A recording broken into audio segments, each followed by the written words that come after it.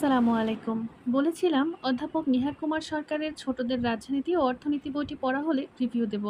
আসলে ছোটবেলা থেকে রাজনীতি বিষয়ে তেমন কোনো আগ্রহ অনুভব করিনি ঠিকই, কিন্তু ২৪-এর গণ আন্দোলনের পরে এই বিষয়ে প্রবল আগ্রহ তৈরি হয়েছে।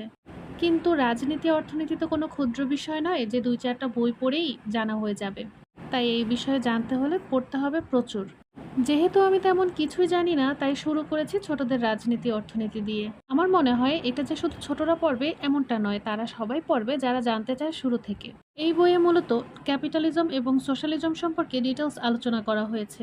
আরও আলোচনা করা হয়েছে সারা বিশ্বে কিভাবে ঘুরছে অর্থনীতির চাকা, কোন অর্থনীতি জনগণের জন্য কল্যাণকর।